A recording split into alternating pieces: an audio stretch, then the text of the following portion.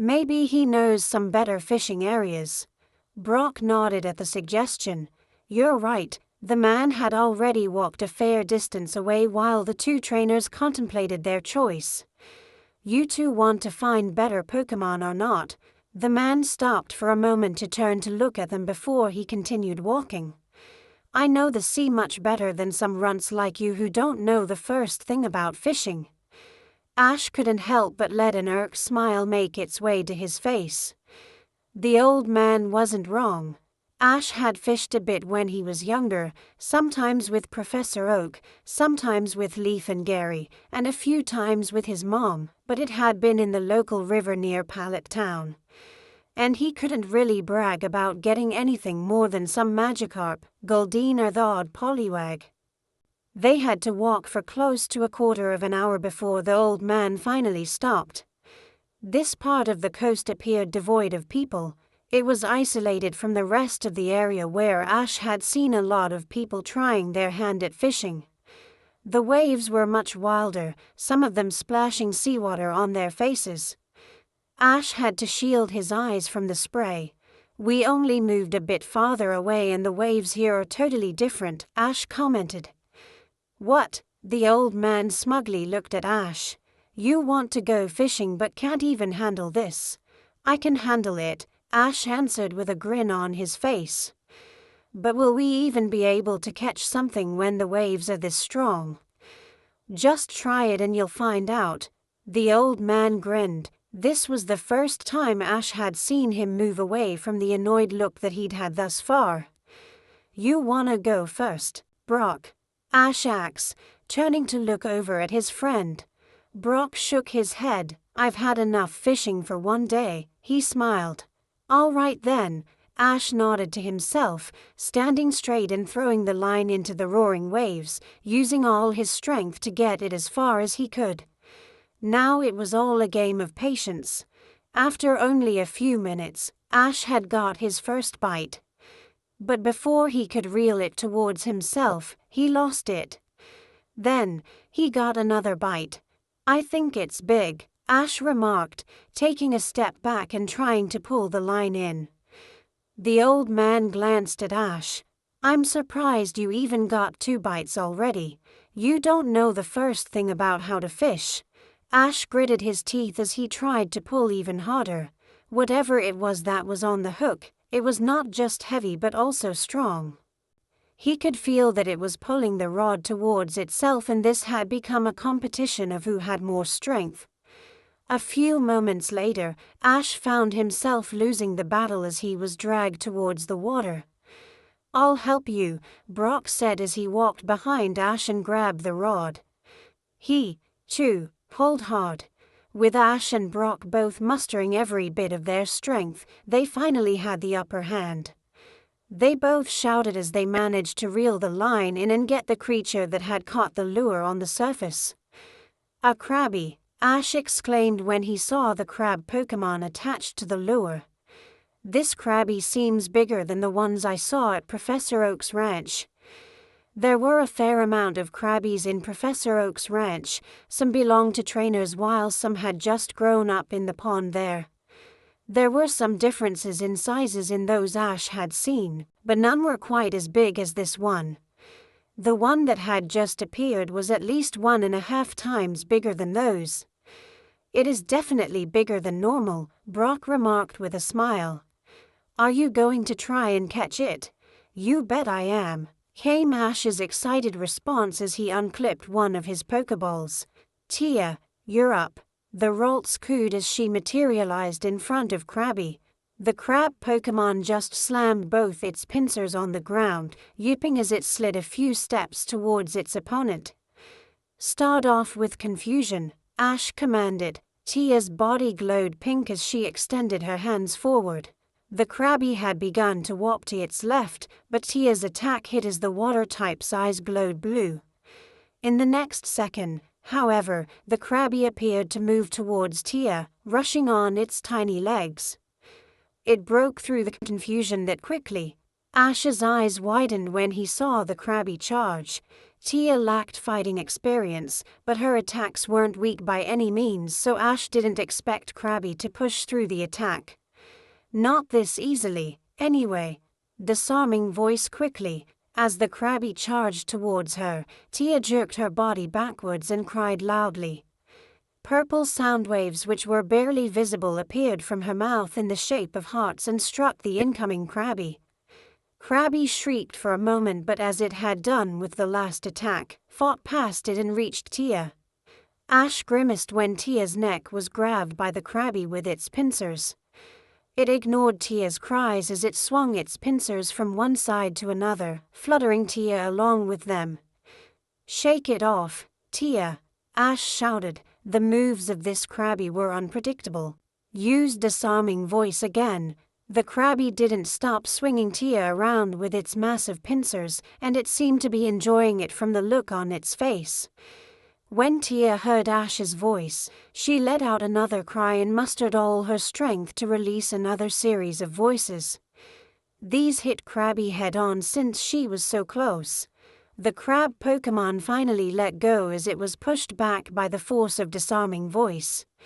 It shook its body before hitting its head with its left pincer. Ash couldn't help but smile in amusement at that. This Krabby had quite the character. Now, draining kiss. Tia sent a flying kiss, which took the shape of a pink heart, Krabby's way. This time, instead of taking it head-on like it had done previously, the Krabby formed bubbles in its mouth and released a volley of them in the direction of the incoming attack. The two attacks met, cancelling each other out. However, Tia was quick enough to send another kiss to Krabby, hitting it this time. It hissed as its body glowed orange, the effects of the draining kiss sucking power from it. At the same time, Tia's body glowed too as she cooed. Draining Kiss was an attack that healed the user while sucking the life out of its opponent. Tia had done just that. Suddenly, Krabby hissed as white bubbles formed around its mouth and engulfed it. Ash squinted his eyes. What was it trying to do? Krabby had become obscured between the innumerable bubbles that continued to ripple and expand into a sea around it. Ash's jaw clenched at the realization of Krabby's intentions. "Ash, it's trying to get away," Brock warned, almost shouting. "Yeah," Ash muttered hastily. Tia quickly used disarming voice to put out those bubbles. He felt his heart race at a rate of knots. He wanted that Krabby. Not only was it bigger than average, it was a fine battler, almost a perfect addition to his team. Tia reared her head back and her voice reverberated in circles of pink energy, melting the bubbles in little more than an instant. But behind the veil of bubbles which fizzled out into water, there were no signs of Krabby. Ash tucked his face in his hands in defeat. "Damn it," he groaned, his shoulders slumping. He'd messed up. Maybe if he'd seen the facade of bubbles from Krabby sooner, it wouldn't have been able to escape. Maybe if he'd tried to capture it sooner. His mind veered through all of the scenarios that could have prevented the Krabby from getting away. "You are a greenhorn, after all, eh?" The old man scoffed. He let out a burst of short laughter which made Ash grumble and grit his teeth. That was just rubbing salt into the wound. "Don't worry about it, Ash," Brock assured him. Ash felt a comforting hand on his shoulder which made him smile wryly. "Some Pokémon are just good at escaping. You can always get more Pokémon." Ash fought back the urge to reiterate his thoughts about how Krabby was strong and how much he wanted to catch it. Brock's words somehow managed to comfort him and minimize his disappointment. He'd failed to express how thankful he'd felt to Brock in the time they'd spent together. The older trainer always managed to help him one way or another. A few minutes and some more Magikarp reels later, Ash finally got another bite on his rod. The Pokémon was heavier, considerably more so than any of his other pulls.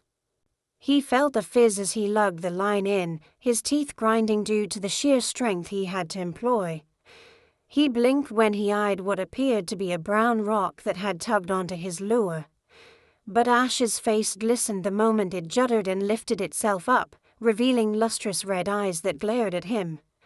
"A Kabuto," he exclaimed. He'd seen one or two of this species of fossil Pokémon before. They were said to reside on seafloors, their ability to conceal their presence so efficient that people hardly noticed them even if they were to pass by. "It's been a while since I've seen a Kabuto," Brock said as he shot a smile Ash's way. "Now that's a rare find," the old fisherman sneered, his lips curling ever so slightly into his wrinkled skin. "It's not every day that you find a Kabuto." Ash glanced at the man before focusing his gaze back on the Kabuto. He fidgeted with his belt, fingers sliding across the 5 Pokémon he owned while his mind zipped around in thought about which he'd use. A grass type would be the perfect counter to Kabuto's part rock and water typing, but he lacked one. Neither did he have a Pokémon that could use a grass type move. He clicked his tongue and pulled out a Pokeball.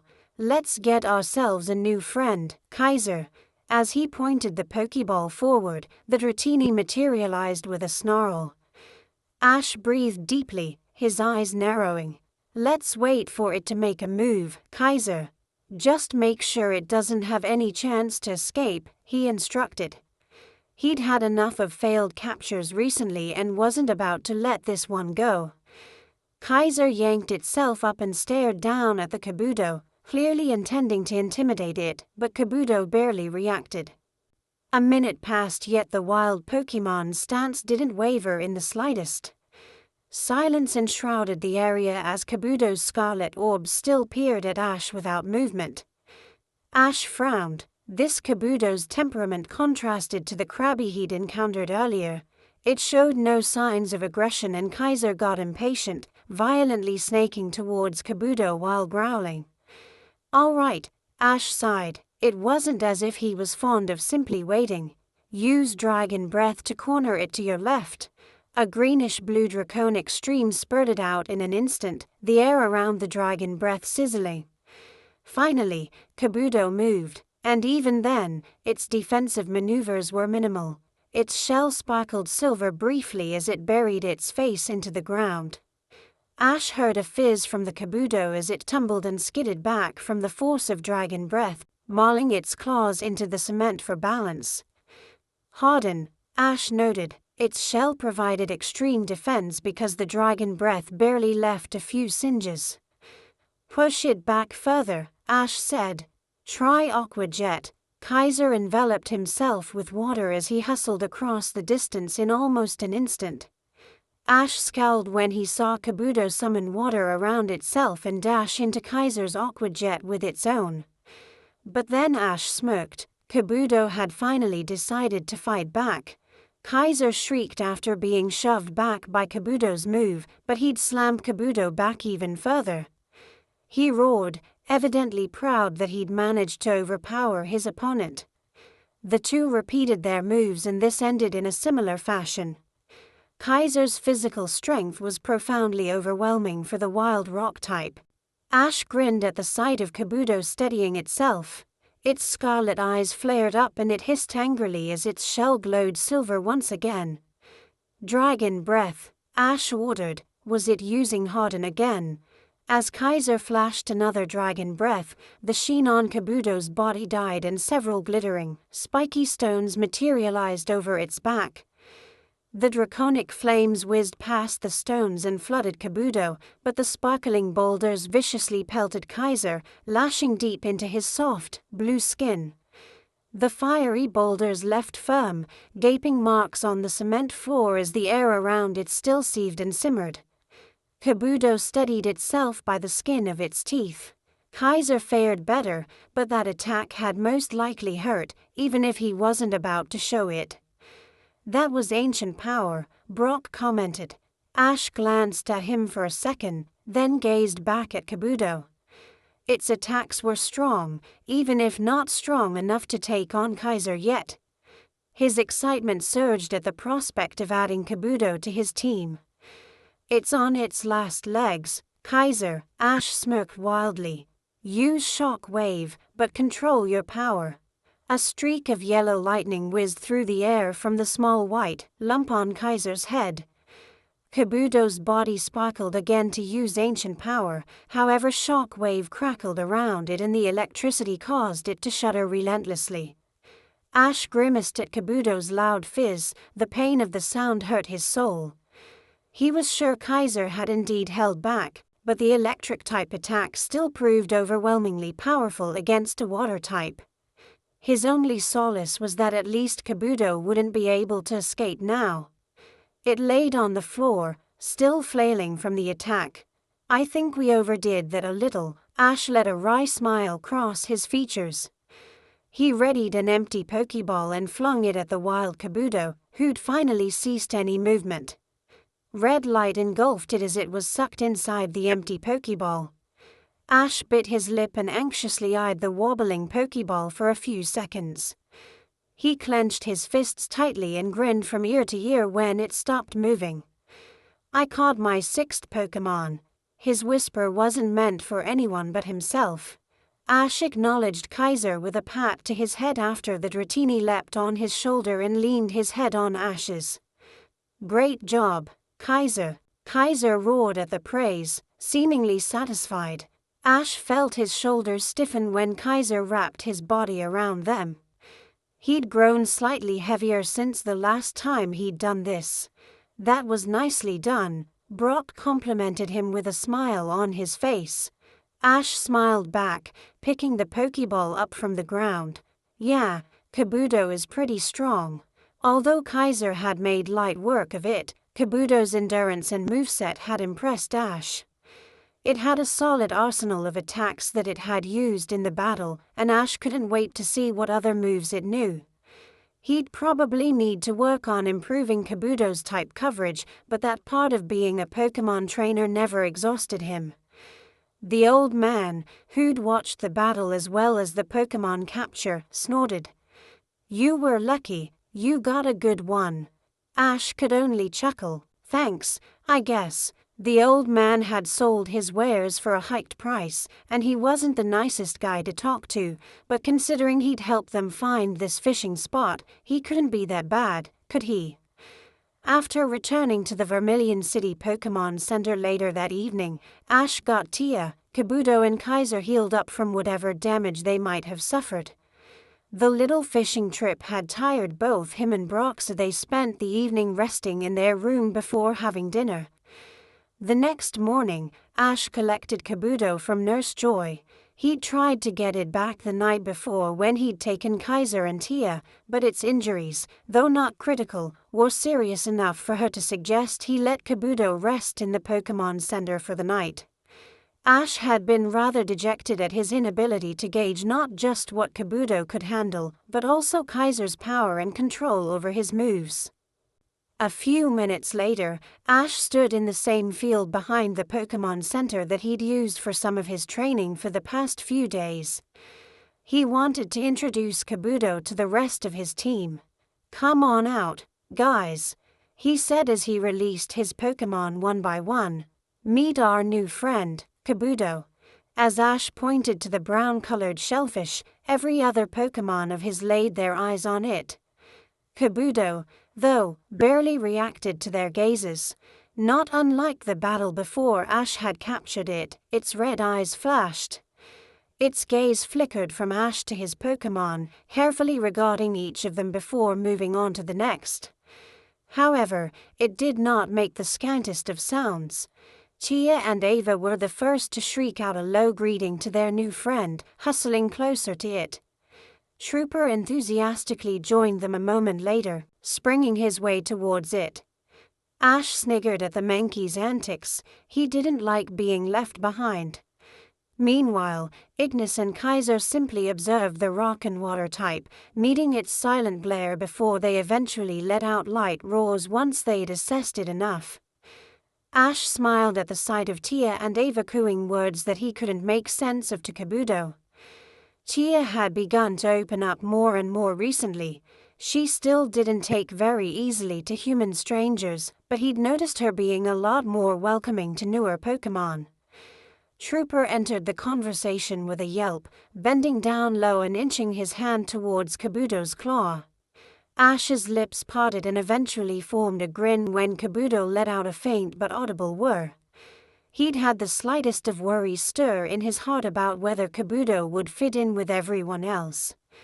Those withered away now. "Hey Kabuto," Ash stepped towards his latest capture, squatting to reach a hand towards it. He was careful of its claws for a moment, but no signs of aggression from Kabuto made him gently stroke its rocky, firm shell. It was cold to the touch, unexpectedly so. "These are your new friends," he reassured the shellfish. He was careful in his tone, speaking very softly. He wanted to make a good first impression on Kabuto. Kabuto's cold glare didn't budge an inch from him. "Would you like a name?" he asked, but received another stiff stare. He scratched his forehead and sighed. It hadn't denied it, so it wouldn't oppose the idea, would it? He'd thought about a few names for Kabuto over the night, but he'd taken a particular fancy to one. How about Helio? Nurse Joy had mentioned Kabuto being a boy in their conversation last night, so he'd come up with male names.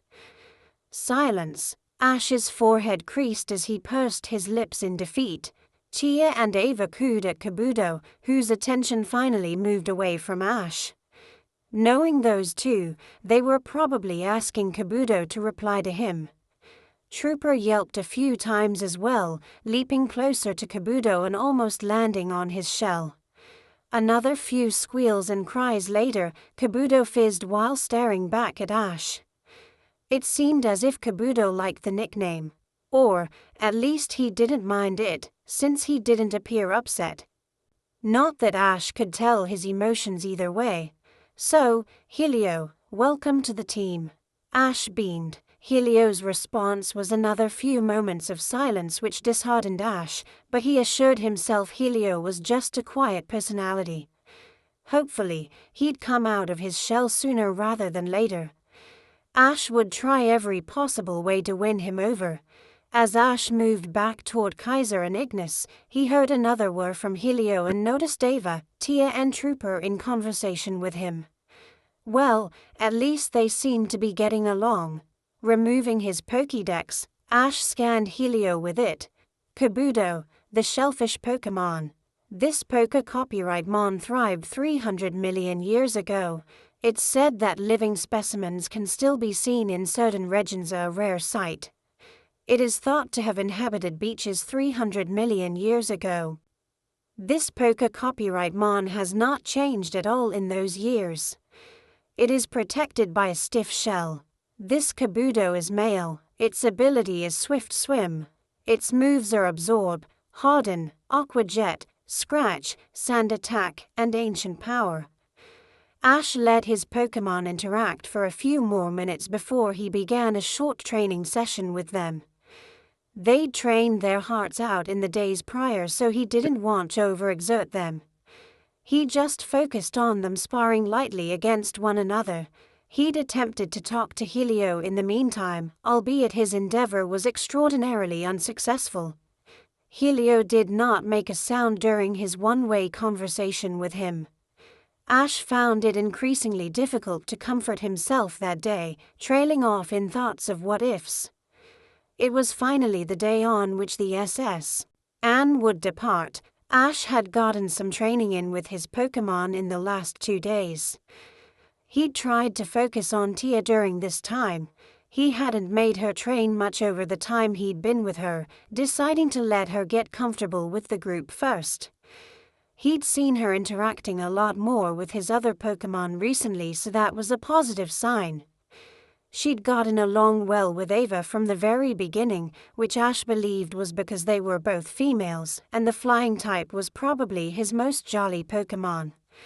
For as long as he was a Charmander, he'd himself made an effort to make Tia comfortable, so she'd also begun to get along well with Ignis, and that didn't seem to have changed after his evolution. The duo never had any problems. She'd been a bit wary of Kaiser at the start, but their relationship was getting better, and Ash could say the same about Trooper.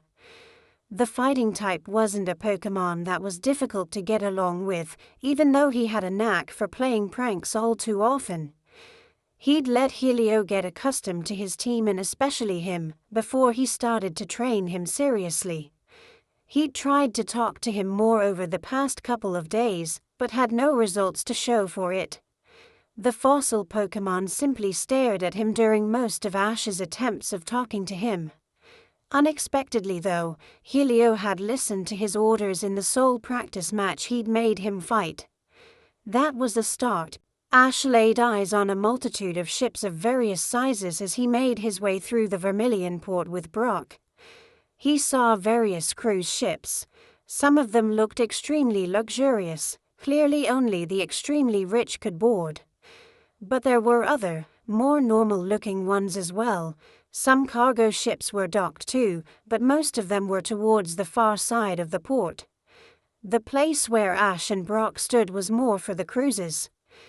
As he walked through the port, Ash saw hordes of people, most of them young, gathered near a large ship.